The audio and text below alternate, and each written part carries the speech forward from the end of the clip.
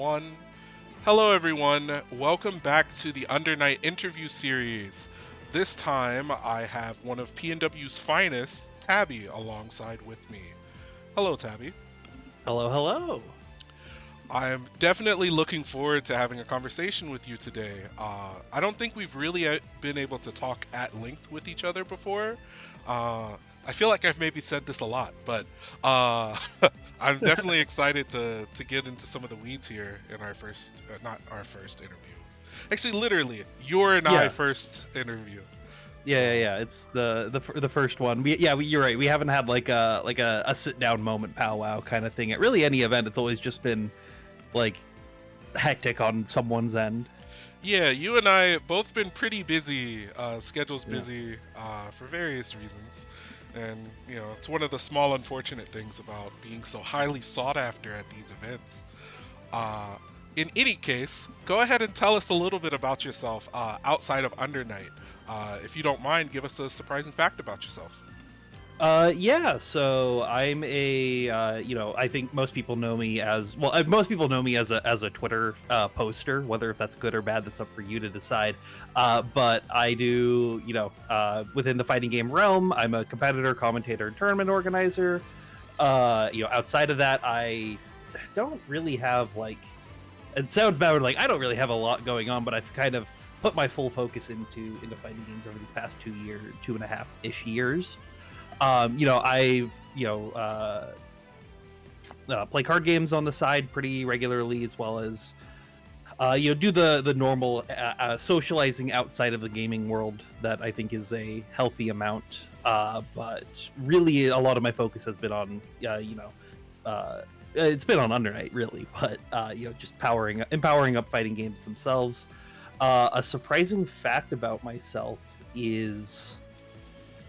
I don't really have a lot of facts about myself. The only thing I can say is that if I don't really have any, right?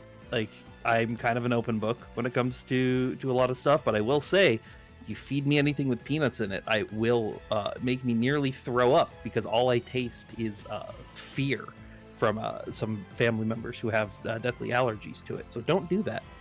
Interesting. You kind of got that by osmosis. So, my older brother is actually deathly allergic to peanuts. And one of my nephews, I think, can't do peanuts and walnuts, but can apparently do other nuts. And then one of them didn't get it at all. I mean, that's good. It's absolutely good. But it was surprising that he has no nut allergies at all. Yeah, I've just either been in the driver's seat or in the passenger seat of having to rush somebody to the hospital due to anaphylactic shock too many times that it's like that and raw fish because of another family member. I have to stay 20 feet away from those. Understandable. So you've had a lot of experience in crisis management. Yes. I'm going to lead this kind of into maybe a hobby-related question. You and I are both tournament organizers. I think I would maybe call myself very loosely a tournament organizer at this point, but one nonetheless. There's a lot of kind of crisis management, and sorry, I'm actually going somewhere with this. One of the ways that I got my kind of start into TOing regularly was I'm a former Project M player, developer, etc. Well, playtester more than a developer. I ended up running tournaments because I couldn't stand idly by as things would go up in flames, and so I kind of cultivated that to the point where TOing kind of became a hobby for me. Has that been your experience? I'm curious to maybe ask other other organizers. I think that's the story for every TO at the end of the day. I could say with almost 100% certainty that every TO that is still doing it or was doing it back in the day it was either everything was going up in flames, so I'm going to step in to try to tamper some of those flames down, or there's literally nothing going on and I want to see something cool. But yeah, I would say TOing is what is my hobby. Event management or event operations as a whole, I find very, very fun. I've done a lot both in the online and offline sphere. Yeah, it's weird to call it a hobby because like for the past year I hadn't really been working outside of events, so it's kind of been my full focus to where I don't really like, I just consider it a thing I do outside of it being a hobby. But it definitely is. It's interesting, right? Like, yeah, interesting is the word that I find myself coming to at the end of my like thought through line. Just like, it's one of those things that like you know you love, because if you didn't you wouldn't do it. But and then like obviously you realize when you finish with an event that seems good, that the how did I lose the word of that? That the attendees seem to enjoy, sometimes regardless of your internal thoughts about how you thought the event went. Those little moments really are like, okay, I can keep doing this, or like, okay, I actually really like this. Yeah, exactly. The enjoyment of seeing someone else be like we were this past, it was 2 weeks ago now, about something like that. Time's a blur. Correct? Yeah, we had bonus round up in Seattle, and that event, if you looked into my mind, was on fire 24/7 for the event. But 95% of people had a great time, apparently, or at least that's what I've heard. So at the end of the day, it was a success in that like aspect, and I can check that box off in my head. But still in the back of my head, I'm like, if I just had one more week to work on it before we went live, all of this would have been fixed. Yep. It's funny, so my mentor, I've maybe talked about this on Twitter and especially in my blogs. So my mentor, the Keist, who basically taught me everything that I knew about running events and like a lot of the little things that get lost in the weeds that you don't realize, tends to assign a grade like in reflection of an event. And when we discuss events, our personal grades are maybe always a little lower than like what other people would say. So it's like, oh yeah, what did you think about this? Maybe I'd give it a C plus, B minus. And then, he would say like, I think this is like a B or something. Or if I'm like, I think things went a little better than I thought, I'd give it a B, B plus. He's like, I thought it was like a C. So it's always funny. I think it's like a very consistent thing about TOs, where like you're trained to basically see the worst in an event, even as like it's been a success or something like that. But we're gonna have more fun related, maybe community organizing questions down the road. Yeah. We'll get into how you got into Undernight in the first place. What brought you to this game? So, Reddit, basically, is how I got into it. I was lied to by the users of R Fighters that it was Grounded Footsie's anime Street Fighter, like I think a lot of people were. This is back in 2018. And that was right about 2018, right before the PC release of ST came out.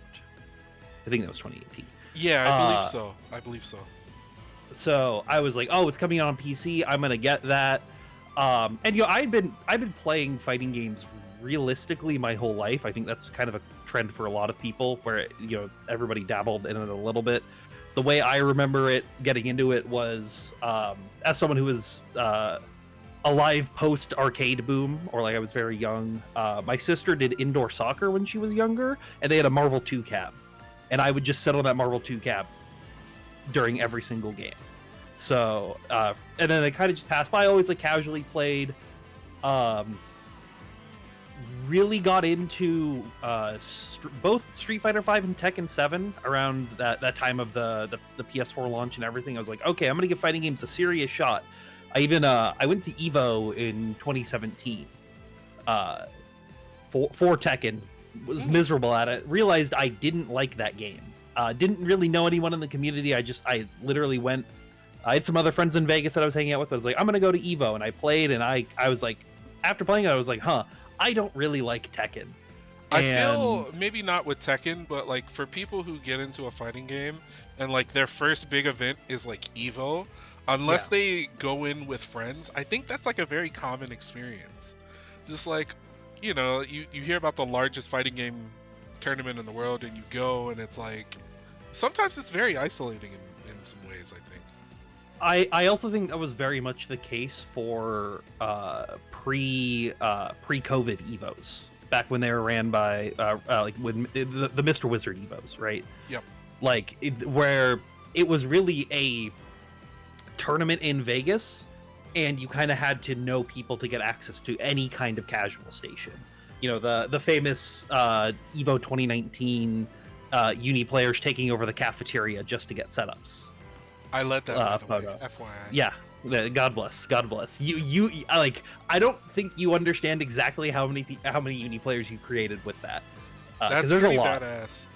Like, so there's a small story about that. I didn't originally lead. I think like uni players taking over spaces. That was really formative for me. I think it was. It might have been CEO Otaku 2016 or 2017. So anyone that's been to CEO Otaku in the Wyndham in Orlando knows that kind of like front facing thing. They have like that big ass tic-tac or Connect 4 kind of deal. Every fighting game scene collected around that. But like I remember sitting in there with Norris and Lollymaiko and everybody, and I was like, this is like the coolest shit ever, because I hated going into people's hotel rooms. Yeah. Like I'm a big dude. So like sitting on the edge of a bed or sitting on the floor, craning your neck up into like a monitor, I hated that. So go ahead. I would say that I feel like it's a universally miserable experience. Some people really like it though. I don't, or maybe they claim that they do. But when I saw that and like we started doing that at the first climax and we started doing that some other places, I was like, all right, we just about to set up in this fucking thing. It's like, I'm not, especially because the line was so long to get into the venue. I'm like, if I leave the venue, I'm not going back in there. Like, it took me so long to get back to my hotel. I'm just like, I'm just going to set up here. And if I feel like going into the actual ballroom, we'll do it there. So it was like very impromptu. I think I saw Magnets and Rakir. I was like, look, I have my stuff with me. I've been carrying this shit all day. Like, let's just set up here. And the rest was history. Yeah. A little bit of uni lore for people. Nice present in this interview. But yeah, go ahead. That's actually something that I think we really need more of. And it's like, I just feel like fighting games as a whole, but uni especially, just because that's where I'm closest to. I feel like a lot of the old lore isn't documented super well, right? Like 90% of the Claire Zoomers, as they're lovingly called, like a lot of them don't know anything about even like mid like time frame ST stuff, or even back to EL.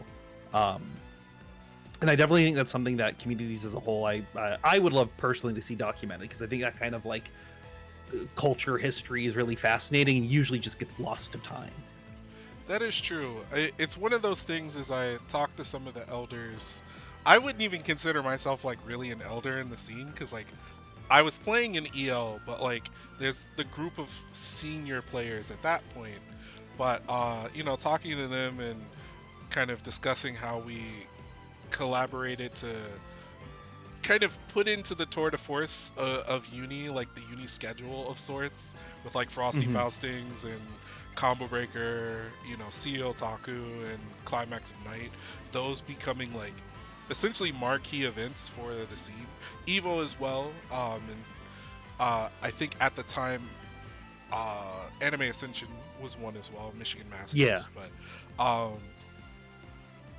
that's another story we can tell. But to kind of turn it right back, that sort of community aspect, I assume, much like many of us, is probably one of the main things that keeps us in the scene.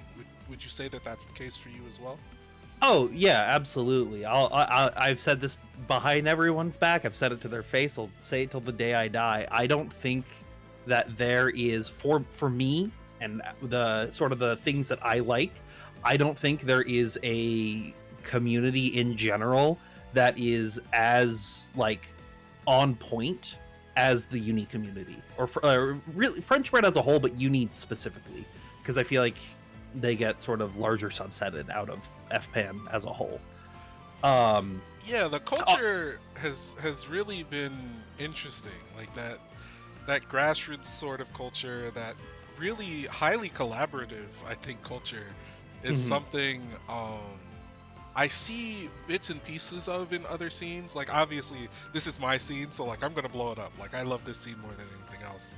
So I won't say that other spaces don't have that, but it doesn't really feel the same.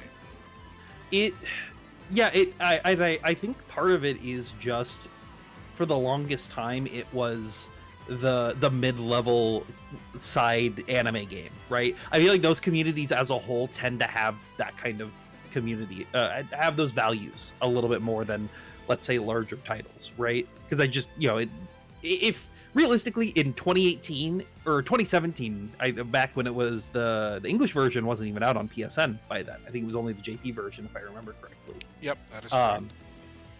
Like, if you were going to create a Japanese or Hong Kong PSN profile to download a fighting game, you had to be in the sticks. You had to have a certain kind of mindset to get to that point. Realistically, like, you're going out of the way. You're going to third-party sites to buy a PSN gift card that you're gonna have like $3 left over on, and you overpaid $15 for to play this game.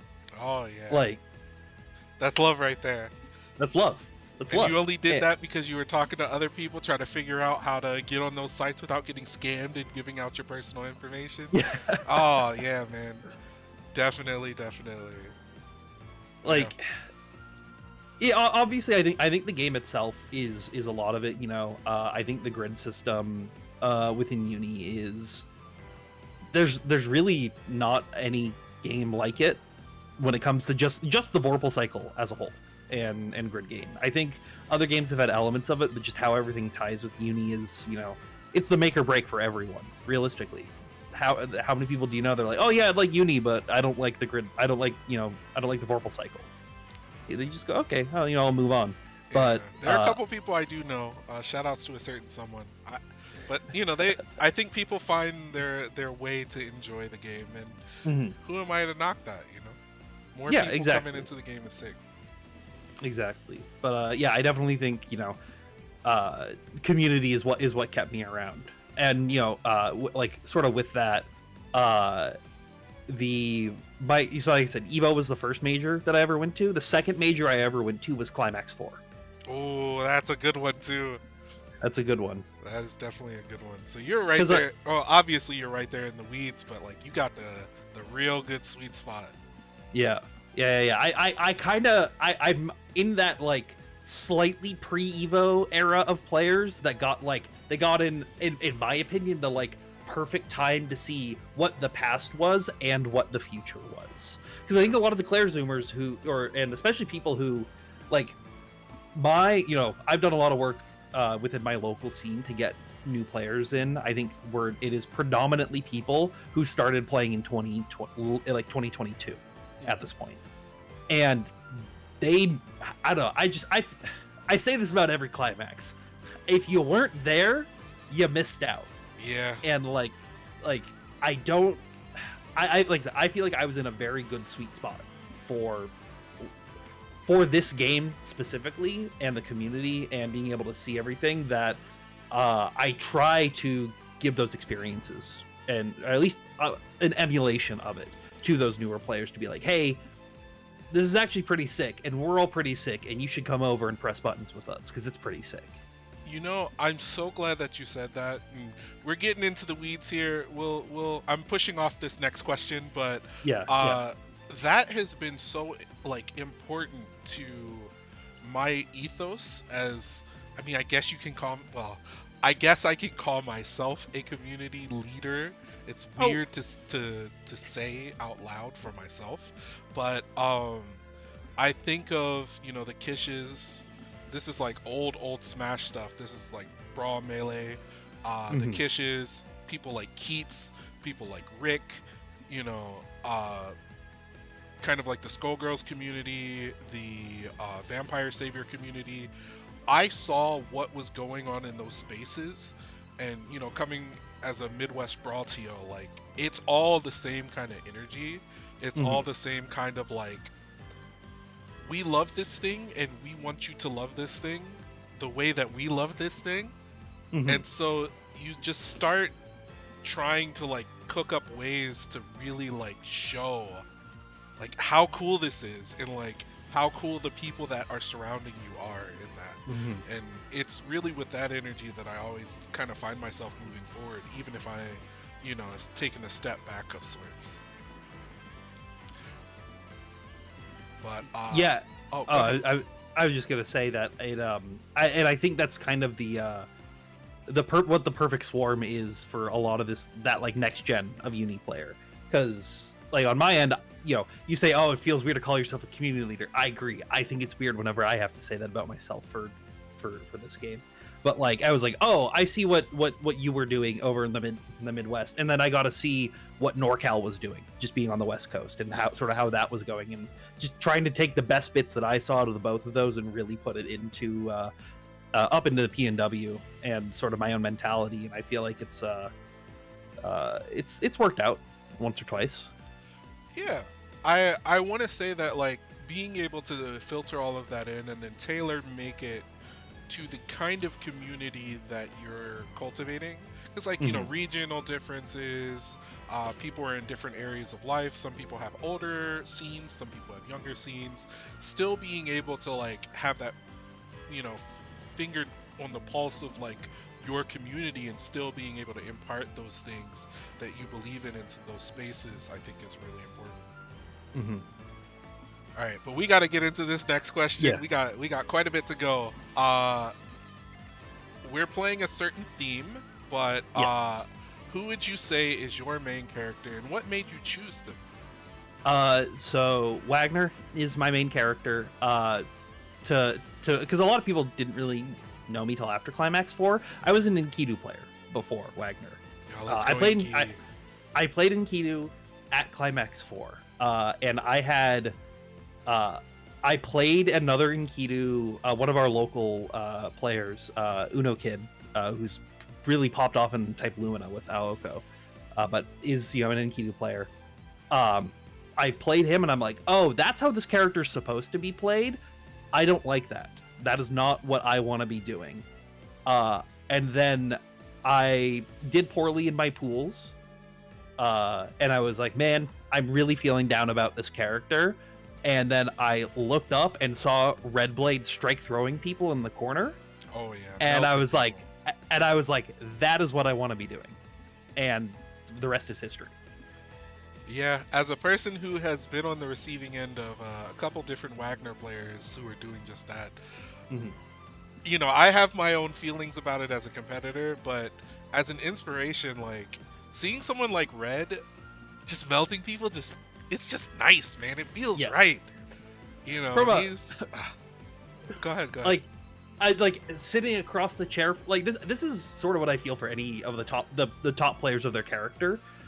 Sitting across from them on the sticks, worst feeling on the planet. I want to die. I'm getting hit 7 different ways to Sunday. But from the commentator perspective, it's like it's the hypest thing on the planet.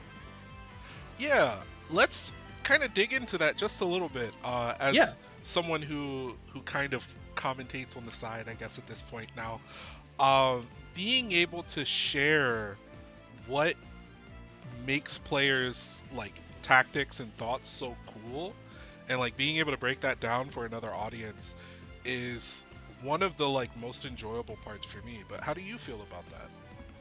I definitely enjoy that, and that's something that I do try to push. You know, I've never claimed to be the most like technical person when it comes to the game itself, right? I still have a lot that I can be learning. It's why I still play the game and still try to compete, because there's always ways that I can improve through there. But I feel like I have a good time dissecting into the mentality of the players in a given situation, trying to just figure out, it's like, okay, why did you do this right here? Not from a game's perspective, because there's times where that happens, but there's a lot of times where somebody does something and it's like, why did you do this in this situation, in this bracket against this player? Yep. And trying to take that and then extrapolate that briefly on the mic is definitely probably my favorite thing to do. And I really feel like helps not only elevate players, but then create these storylines potentially, at not only the tournament itself, but further tournaments down the line if it's a later cut in the bracket. Yeah, that's one of the things that I like tying to. I think maybe actually, hold on. Before I go into this, we can use the next question to dig into this. My bad. I'm getting ahead of myself here because I enjoy this kind of shop talk. So you did mention that you played in Kidu, but do you have any characters in the next version that maybe you're considering putting some time into? So I wanna mess with Kuon. Like, obviously, no one's gotten to play with him yet. I really, from the just the brief bits we've seen, he looks sick, and I wanna try him out.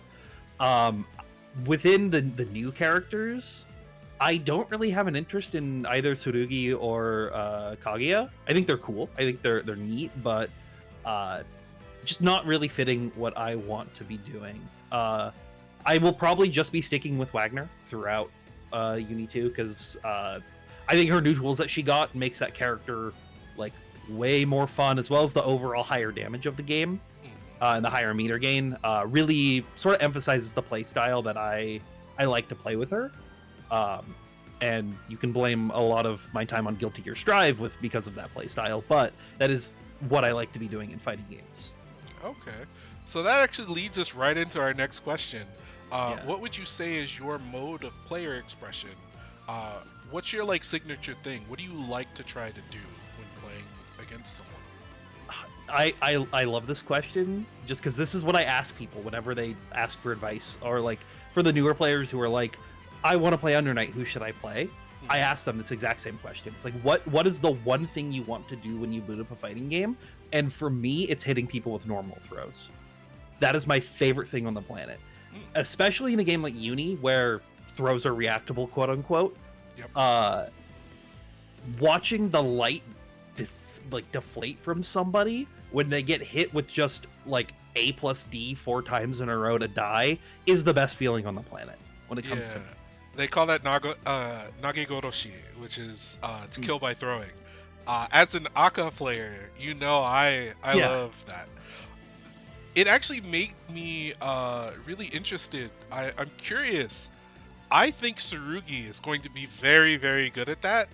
So if I could implore you to take a little bit longer of a look at him in the next version, I think you might find that he is a bit more enjoyable than you thought. It was the kind of case for me. I talked about it a little bit, but I started learning Tsurugi out of spite because of all of the dripless, no sauce, he's just mash, blah blah blah. And then I started messing around with him in his normals and putting some things together, and he gave me that same kind of zing that Aka does, where it's just like, oh, okay, there's something here. I can mess with this. So I will give a small suggestion to maybe reconsider Tsurugi in the next game. Yeah, I haven't fully written anyone off yet, realistically, because obviously I only probably spent an hour and a half each with both Kaguya and Tsurugi, just because I didn't have a ton of time to play the beta when it was happening. So I was like, I want to just feel these characters, see how they are, but I want to try the Wagner stuff and I want to get in there because she is my second favorite fighting game character of all time, personally. So I wanted to just make sure I got in there and figured stuff out. But definitely full release, I will be. I do plan on playing every character for an extended period of time, not only just for commentary purposes, but just for my own enjoyment of okay, what does this character actually do in this version now, right? So I do have a follow-up question to our fourth question here. From a commentator's perspective, and we can say this for Uni, I definitely want you to dig into this for Uni, but I'll open it up for a second game as well. Which player's player expression do you find yourself the most fond of?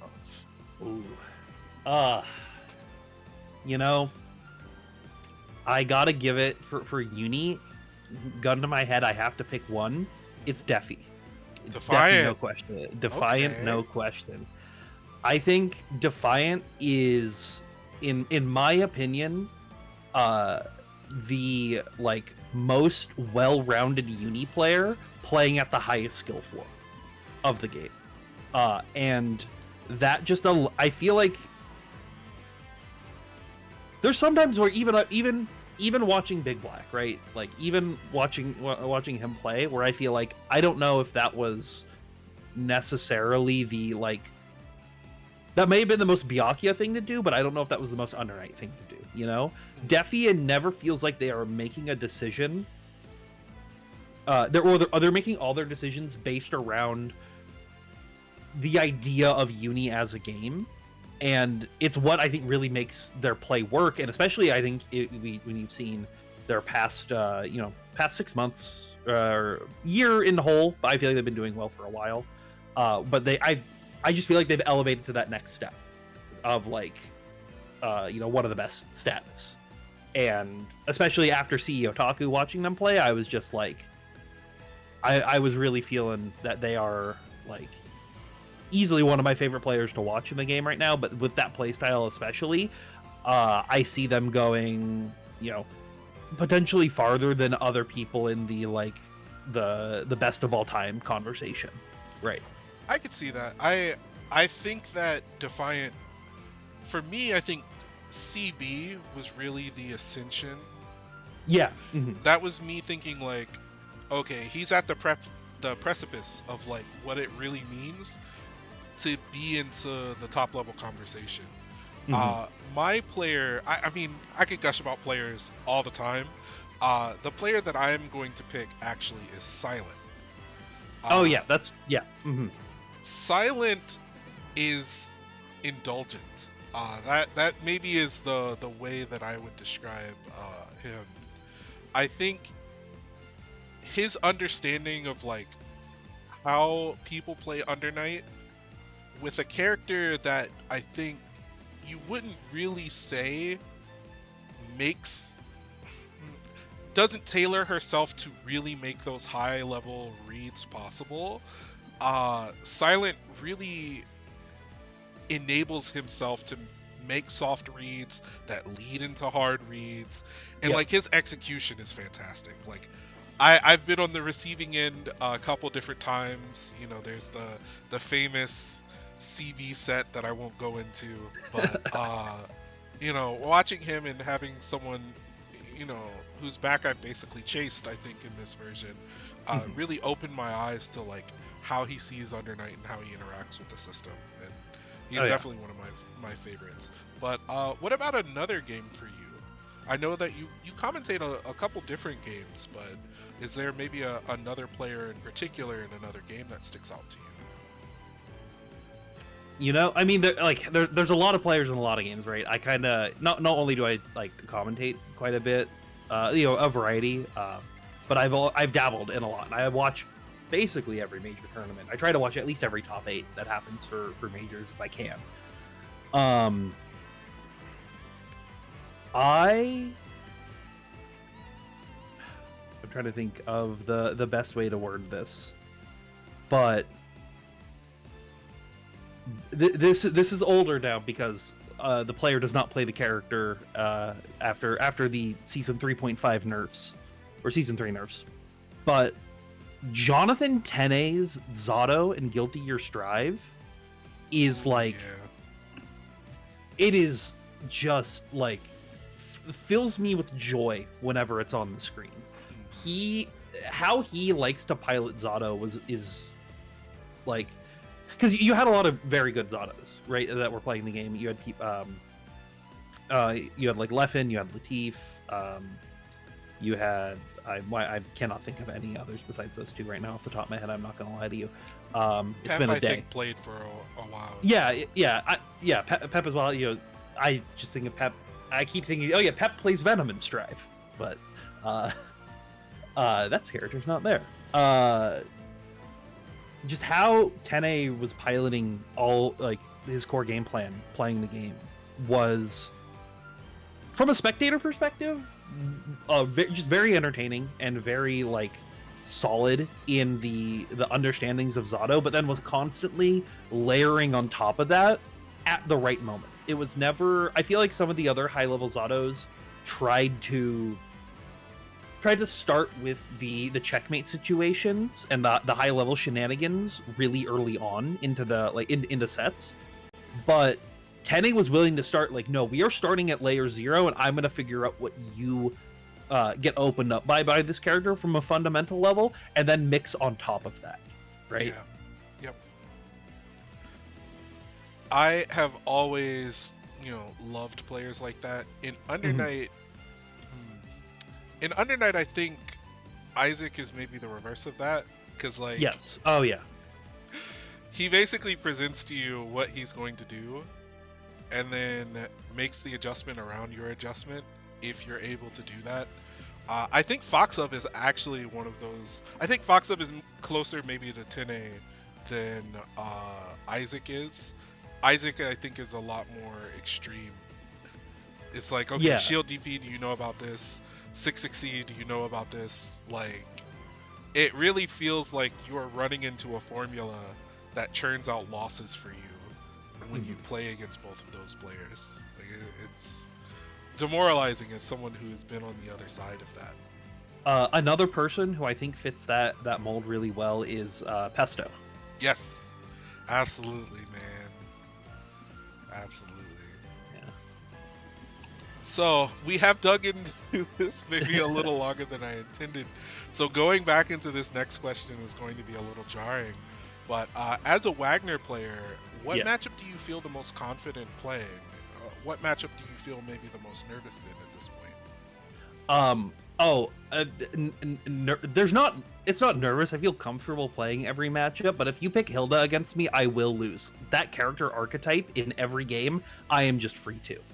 That's me working on that, right? I got to figure that out. But like Hilda, Nine, Eno, those 3 characters, I just get opened up by them, and it's like, all right, yeah, sit down. Oh, you're playing them. All right, let me unplug my stick. Good game. I'll see you around. It was a bit embarrassing for me because I, throughout my time with Strive, I was a Milia player, but I couldn't beat Eno at all. Like, so Marion played Eno at least on release, and then I would run into like Zigno, and I'd run into some other Eno players as well, and I'm just like, I feel generally good weighing risk reward options, but like for Strive, I never really was able to figure it out. It was really difficult for me. Yeah, I feel that a lot. That's me. I gotta work on my own stuff with that. But a matchup that I feel confident in is the Byac matchup. I feel really, really like comfortable. I feel comfortable playing it. One of our local players who's been like my core training partner for the game as of recent. Is a Byac player. They kind of random select between a lot, but Byac is the character that they've been focusing on. And so just being able to like see that like core of the onion when you get that many layers deep into how that matchup is playing.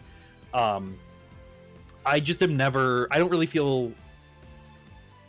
feel scared when I'm playing against the Byakuya player, right? I'm scared of the player, but I'm not scared of the character, if that makes sense.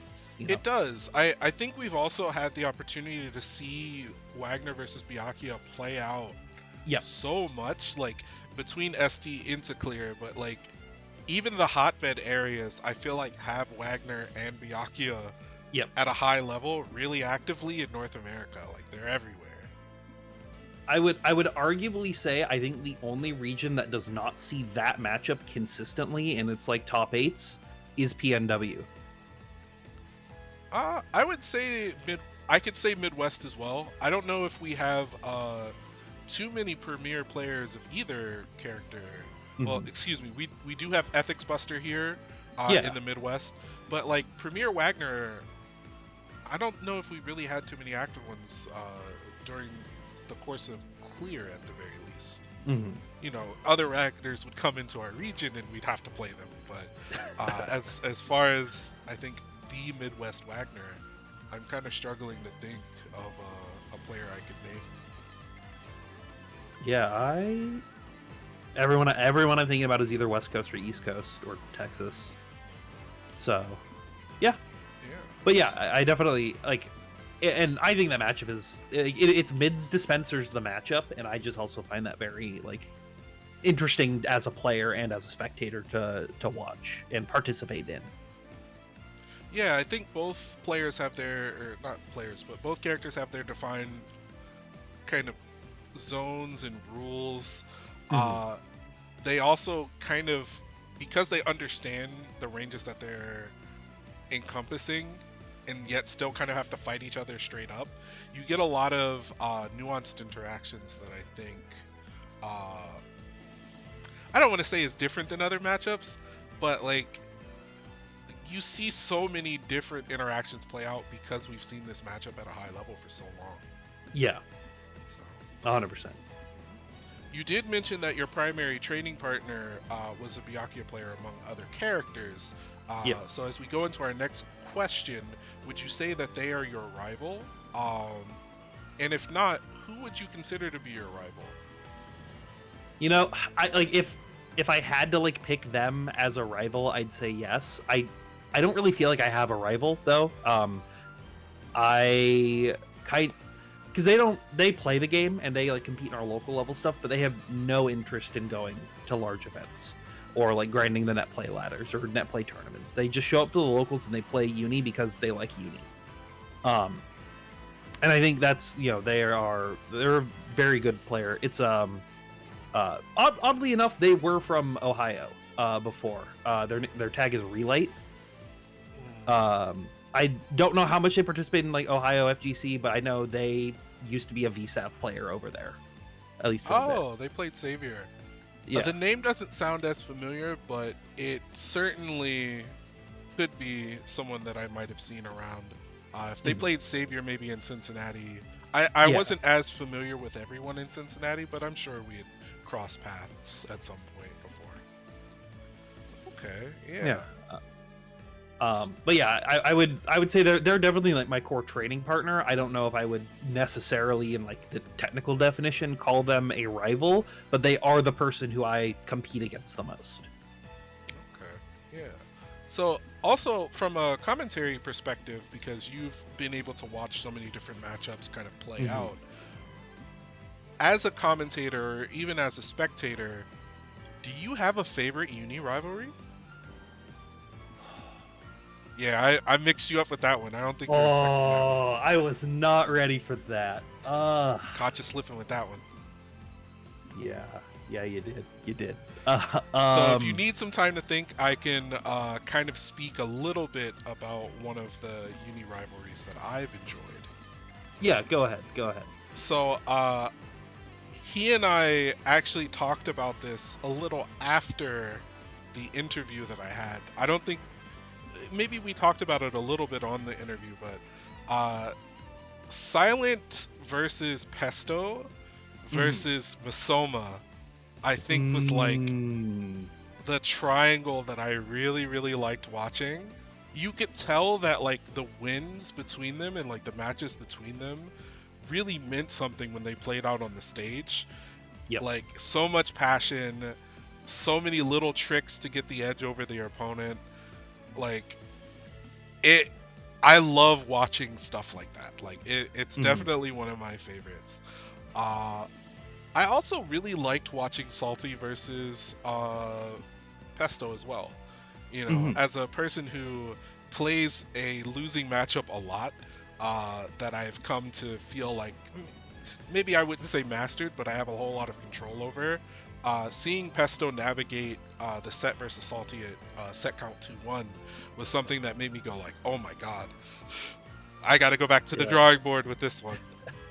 So I don't know if maybe you've had some that you've observed as well. You know, like there's, I don't know like if I can pick. I've tried to think the larger scale ones, right? Because I think those are the ones that are a little bit more storied.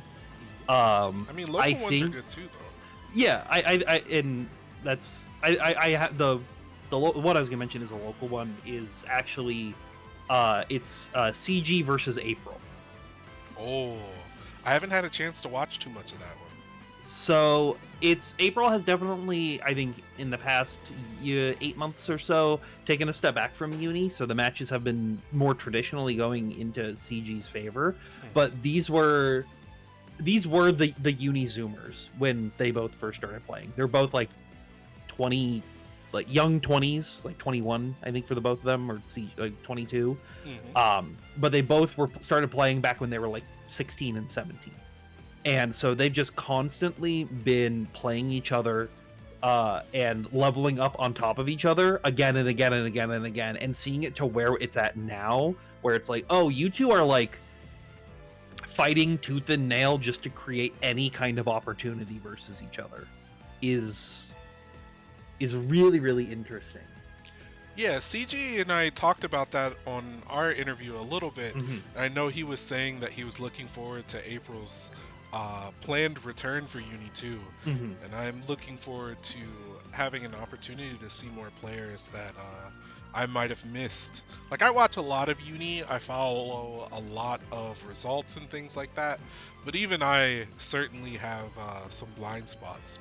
But you know, with replay takeover, as we've seen, you know, us as commentators, we can maybe get into the weeds of a couple interactions for our own crafts as well.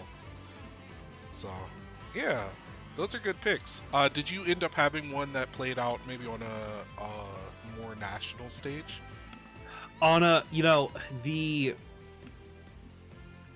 was kind of it was never, I don't even know if you would call this a full-scale rivalry, but the like pandemic online era into Climax 4 of the like Redblade versus Masoma discussion, and how those two were butting heads, because that was very much like Masoma obviously has been playing the game for an extended period of time before that, but I still feel like to a lot of people he was seen as more new blood going into Climax 4, right?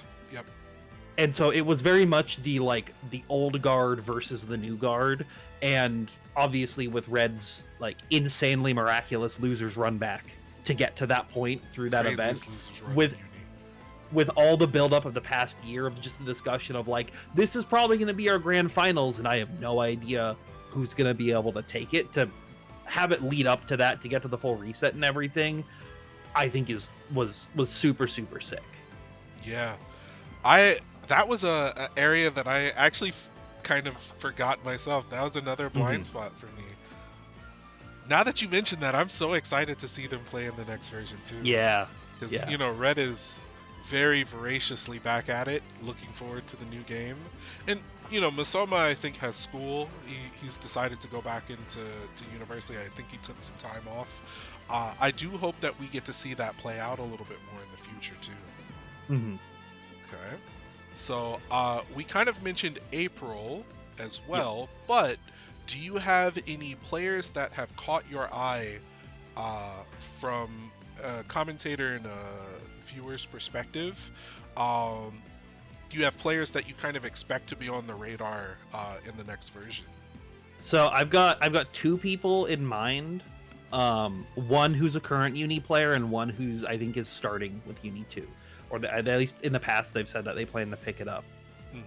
We were talking about him earlier, but Salty is my like go-to person on Uni 2. That kid has such high potential right now, and with the next version of the game and everything that is adding to make it a real video game, I see nothing but like just success for that kid down the line. And I think being able to, because he was already one that I feel like was like yourself, really pushing the limits of what Akatsuki can do in Claire, but with Uni 2 on the horizon, I just only see him like getting more and more results at events. Yeah, honestly, I could say in the last couple years, he's probably pushed the mechanics of the character further than I have. You know, I've certainly, he and I have certainly had discussions about ways to play the characters, philosophies and things of that nature. And you know, this might be a surprise to some people, but I don't find myself to be very technically oriented. Um, like my execution is not really at the level where I think that I can be as precise as I want to. So I actually end up playing the player a lot more. But talking to him has given me techniques to practice and ways that I can kind of further leverage the way that I play into opponents' expectations. Where I think like he's trying to play to the full attention and the full potential of Akatsuki. Like he is a believer. I'm a believer too, but like he is the believer, I think, in that character. And with Uni 2 on the horizon, like I felt the power during the beta, and if he's anything like that, like a lot of people who might hate Akatsuki are in for a rude awakening in the next version. I don't know how you can hate that character. I don't know how people hate that character. I get it, but at the same time, I don't know how. I can get it, especially as I've been fighting for my life playing against all of the Akatsukis in the Midwest and the East Coast. Like maybe I might use Tsurugi to get out of the mirror a little bit.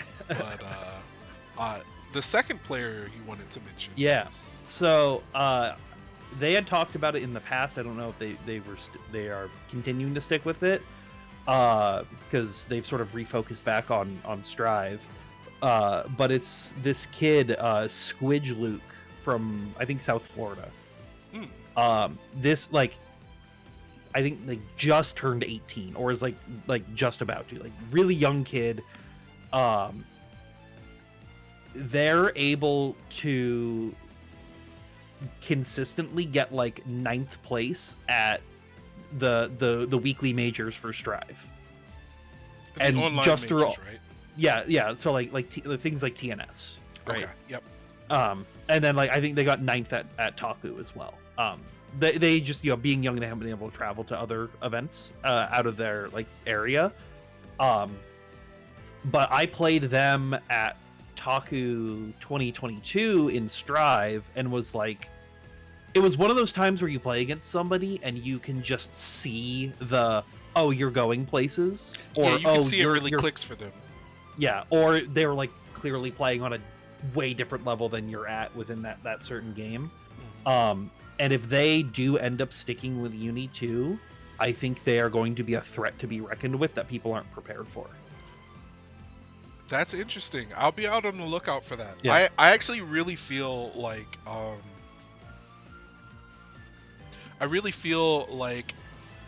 South Florida and like really the Southeast has been a region, like I can't say a region that we haven't heard of, because like again we have Jake, we have Defiant, TG has been there for a long time, BB comes straight out of Florida.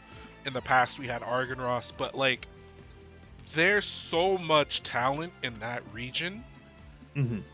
Dual Seeker, this is a deep cut. STEL player, Ryan Hunter, like that region is crazy. Hotashi, like we're going to see so much more from that region, I think, in the next game, and I'm so excited if they're going to be able to travel. Like, I think that's the big thing is, well, like I think with events like CEO and CEO Taku being so big for them, that a lot of people aren't as incentivized to travel when they can just say, I can just drive to this event. So I hope we get to see more of those like mid-level events, a like max mode sized event or like down there, to where more of the Florida people and the Southeast as a whole are able to congregate, and we can really see like the full power of that region. Because you're right, we get like pockets of people showing up, but I feel like outside of really Climax and Taku, we don't get like all the warriors showing up. That is true.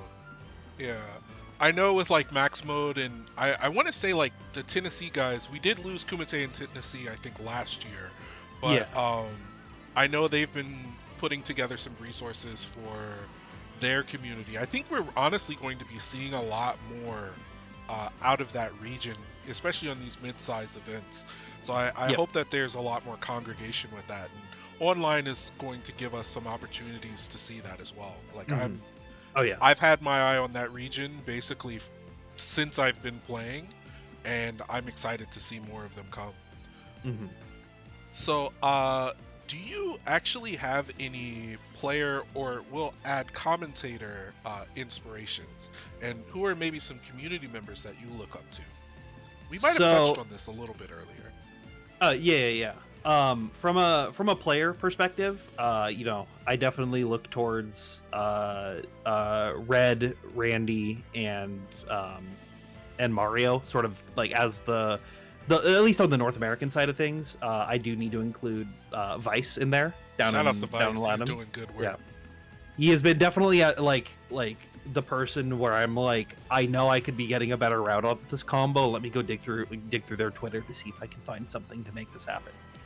But yeah, those four from a player perspective are really ones that I try to pull a lot from and emulate from in this game. From a commentary perspective, oddly enough, my a lot of my commentary like inspirations don't come from fighting games. So this is actually this is a fact a lot of people don't know about me, but before I did fighting game commentary, I was a Magic the Gathering commentator. Ooh, that makes sense. Yeah. That was my big hobby before I played fighting games. I still am into it, just not nearly as much as I was then. But the duo, these two, I think, are leagues above everybody else within that realm, are Cedric Phillips and Patrick Sullivan. I think those are two of the best card game commentators that we've ever had and we ever will. And I draw a lot from them. And even going back and watching some old VODs, I'm like, oh, I've definitely ripped lines from you guys on accident, and I apologize. But from a fighting game perspective, I think the people who I really the person who I really was looking towards and got a lot of help with was, and someone who I also think helped mentor me a lot in my early stages of doing commentary, was Ebonic Plague. I love you, Isaiah. Shout outs. Yeah, shout out to Isaiah. He's doing well. As far as last I've talked to him, we don't talk as much just because life has been crazy. He's been a busy guy recently, for sure. He's been busy. He's been very busy. But yeah, one of your fellow Sugoi members. Shout out to Sugoi Factory. Shout out to Sugoi Factory. Still, that jacket is sick. It is. I wish I would have got one. That's my only regret about Sugoi Factory. I should have opted in when I had the chance. Yeah. But yeah, he's definitely, I think, someone who I looked up to early on, and then once I started doing more, we didn't really work together a lot on, just because he's obviously was stepping back from local stuff when I started doing local stuff. But he's definitely someone who helped me a lot within that early phases. All the uni guys, like every the cast of characters that we have on the mic are all people who I definitely look towards and people who I try to talk to and try to elevate the game from a commentary perspective with. And then outside of that, I've gotta talk about the new kid on the block that's getting all the rage within other games, but Jatsu. He is definitely a trying to think. I lost the train of thought. There we go. He is a once in a generational kind of commentator. I think he's incredibly good at what he does. He's able to pick things up and translate them into a way that's good on the mic at a level that I really only see from more seasoned commentators. Yeah. And he's been doing it for just about as long as I have. I think he started with Strive. So he's definitely, I believe he wants to check out Uni 2 as well. So he's someone that I know will be trying to get around on the block with that game. But is definitely someone who's among my peers of the people who I started around that I really look towards as WWJD, what would Jatsu do? Yeah, if I can go back just a little bit. Yeah. You mentioning that some of your biggest inspirations actually aren't from fighting games is very similar to how I feel. So, you've seen me rant about sports, Browns, Cavs, all that stuff. Yep. I grew up heavy into sports. We watched a lot of college basketball. Dick Vitale was Cameron Crazies and all of that. Him, Gus Johnson, John Madden, legit. anyone that was prolific at that time, I was like slinging catchphrases and everything. I don't do that as much now, but Gus Johnson, who does a lot of he does a lot of college basketball and college football stuff. His cadence, if you have a chance, look him up, Gus Johnson. The way that he gets excited and still, like, you could tell he has the gravitas of the moment, and still makes it relatable for people who might not be in the weeds. That's something that I've tried to kind of emulate as well. You know, I'm more of like an even keeled. I get excited, but like not like him.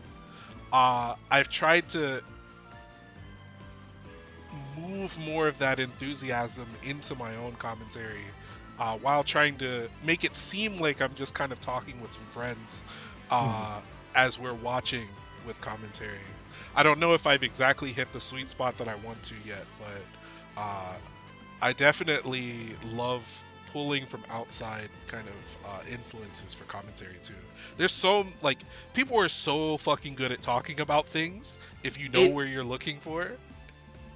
I've gotta do a slight amount of slandering on here. This is my biggest problem in general with a lot of fighting game commentators, is too many people just look inward within the scene towards people. And that's not necessarily a bad thing. Like I said, slander, but it's not really a bad thing. I just think there's more potential and room for growth within our scene to look at these people who have gone through like courses and training and schooling for these public broadcasting roles. Absolutely. That we could be looking towards and taking things and emulating things and really pushing ourselves to the next level. Like I don't really know the sports commentator specifically, but even to this day, whenever I go over to my parents' place, my dad has college football blasting 24/7, even when it's not in the season. So there's subconsciously, that's just something I've been around my entire life. Like I can vividly remember like building a deck for Magic the Gathering in the table, and it was the Apple Bowl playing on the TV at the same time. Like, Washington State, Washington, right? Yeah.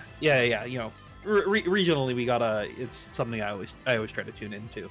So it's definitely just something that's been around my entire life, is always hearing like sports broadcasts. And then when I got into learning about competitive gaming, and you know, like I said, from Magic the Gathering through League of Legends, StarCraft, that kind of stuff is all where I really pull a lot of my early inspirations from.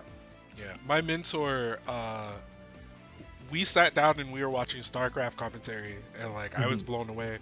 It was like I feel bad because I don't know the prolific commentator for StarCraft, but like as much as I didn't understand about it, the kind of commentary along with my mentor Keith's like explanation of the commentary was really formative for me as well.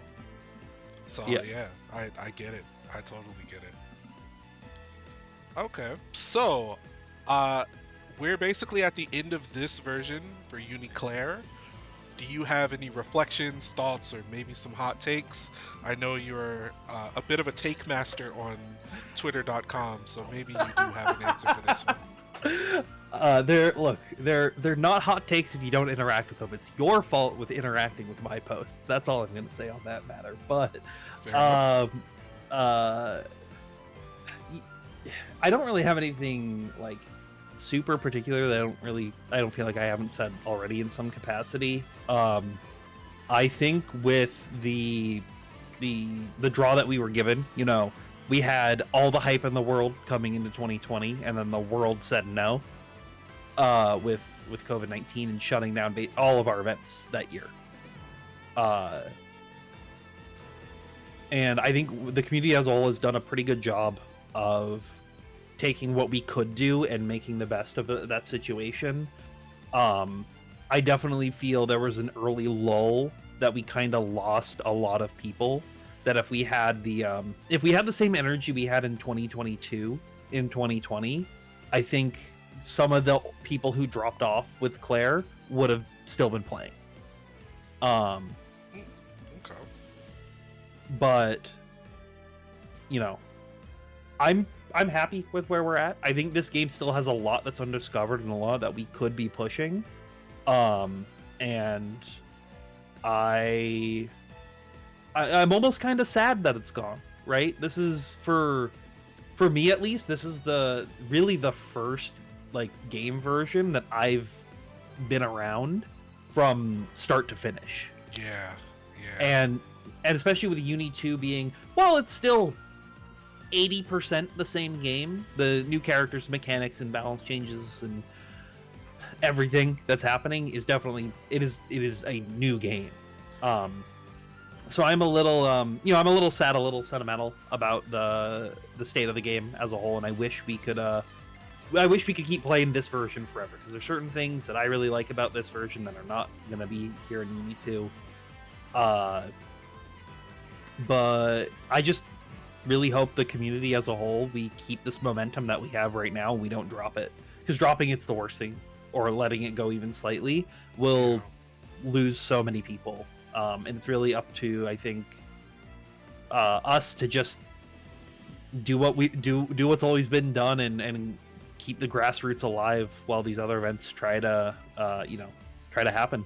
Yeah, I have to say that I kind of agree with you in the sense that I don't think we ever got to see what fully realized clear was supposed to look like. No. And that is maybe the most unfortunate portion of the version for me. I mean, I really like Uniclear. I like Clear more than I liked ST. Both because my character feels like a real character instead of half of a character. And also because I think like the character power going up, like you can make an argument about who's the worst character or whatever, but like every character feels like they have something. Yeah. So I don't know. I wish we would have gotten to see the fully realized version of that. But I mean, we're going to see a kind of spirit of that in Uni 2 as well. So I can't say that I'm too sad about it. But we will kind of use that momentum going forward. What are you looking forward to the most with Under Night 2? The thing, well, besides like I said, the game having almost all the features that you want in a fighting game package from launch, and like just being not having to. The fact that I don't have to boot up Mizumi, and shoutouts to all the Mizumi editors and everyone who's put in the hard work in the wiki, but the fact that I don't have to pull up a separate tab or open up my phone at the local to be like, how does this work? That we can just do it within the base game it's fantastic. The big thing though, like from a larger scale perspective that I'm looking forward to in Uni 2, is the growth. I want to see us break. I'm running under the assumption we're gonna be at Evo this year, just from a previous Evo trends of having a French bred title within the post-COVID era, as well as the large success that we had at Evo 2019. I'm just assuming Uni 2 will be at Evo this year. I think that's a safe assumption as well. Yeah. I mean, considering that Frosty Fausting's Litter is the second largest tournament we've ever had, without the game even being out yet. And, Evo Japan announced it. And I don't think that they announce it without maybe the expectation that Evo Prime is also going to have it. So, yeah. And I'd really like to, I think if I say as some of the more like the community leads and the more established members of the community, we just have to keep up the same attitude we've always had, sort of going back to what I said in the last question that you had, because there's a very real chance that if Evo 2 does or when it gets announced for Evo or Evo 2 Uni 2 gets announced for Evo, that we get less people than we did in 2019. And I think that we just have to be very, very on point with like keeping the same energy that we've always had to make that growth possible. Because I could see a game like Uni 2 taking over the fighting game like landscape in ways the uni community hasn't seen. Like, not only are fighting games just way bigger now than they were in 2019, but anime fighting games are way bigger now than they were in 2020, right? Guilty Gear Strive changed that landscape and opened people up to the idea of, well, you don't have to only play Street Fighter, Tekken, Mortal Kombat, right? And I want to see that growth. I want to see us be the, Uni 2 300 billion entrants at EVO 2022.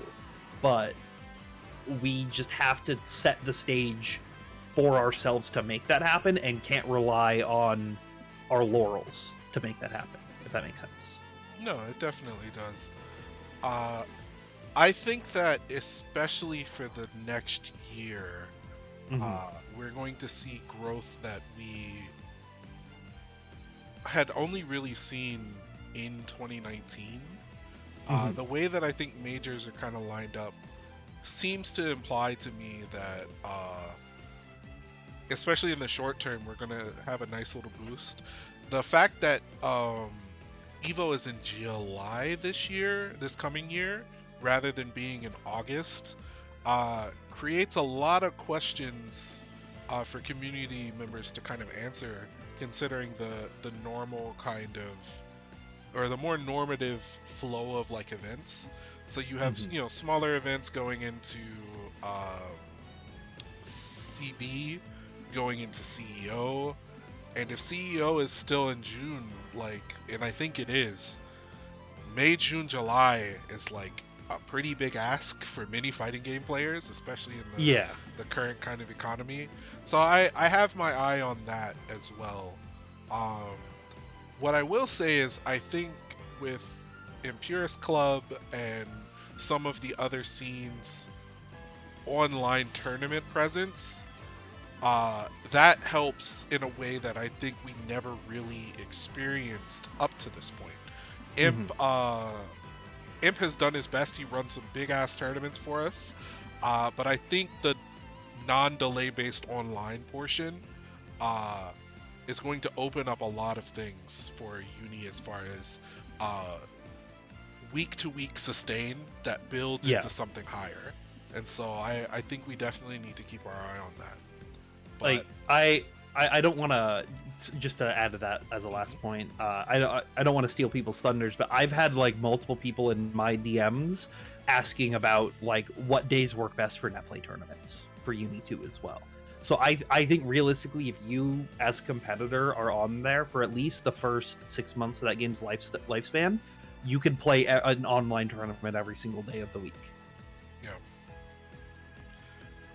Yeah, that is as a person who has certain sensibilities about that, that's a little daunting to me. But for people who are not maybe as established like me, or are not as old as me, that they have to be licking their chops. Like, you can really make your name in just the first couple of months here and build something in Uni 2. So I'm looking forward to that for sure. Finally, as we kind of come to a close though, do you have some places for us to follow you? Do you have like a YouTube? I know we've talked about your Twitter before, so feel free to share that as well. And then any shout-outs that you have. So I'm at TabbyNickel. That's TabbyNickel on everything. I like predominantly am on Twitter, except for when I'm working. I plan to be on Twitch more. We were talking about this before the recording, but like come next year, I'm gonna try to be a little bit more on top of the content game for Uni 2. But those are really the big spots. My YouTube will have some stuff potentially, maybe, but I don't want to say anything. But obviously, follow everything, and you'll get notice on when that when stuff's gonna happen. The only like I have a couple things to shout out. Like number one, sign up for Climax of Night 6 when the registration goes up. For sure. Just do it. I'm 10 toes on that. I'm in there. Yeah, like I will quit my job to go to that, and I don't say that for everything. That is we're probably not getting another climate after this. If I remember the message Shinobi put out where he said he only really wanted to do this for like 6 events or something. Yeah. If I remember the so this may be like quite literally the last chance, and the French bread family reunion is too good to not miss every year. Yeah. The only other shout out I want to say is just thank you to everyone who's not only listened to this but listened to me spiel on the internet for this game. Yeah, the game means a lot to me, and I'm glad that we are. Before Evo, I was worried this game was gonna fizzle out and die, and it was gonna be you, me, and 12 other people running side games at every single event just to keep playing the game. So, I'm glad to see that we're in a much better spot. Yeah, me too, and I'm excited for the New Horizons coming here soon. Yeah. Thank you again for taking the time out and speaking with me today. It's been a pleasure to talk shop, talk a lot of different community-oriented things with someone. Mm-hmm. And I'm looking forward to seeing what you have next on the horizon as well. Yeah, I look forward to, keeping around. Thank you for having me on. This was fantastic. We need to talk more. Absolutely. We need to talk more. All right.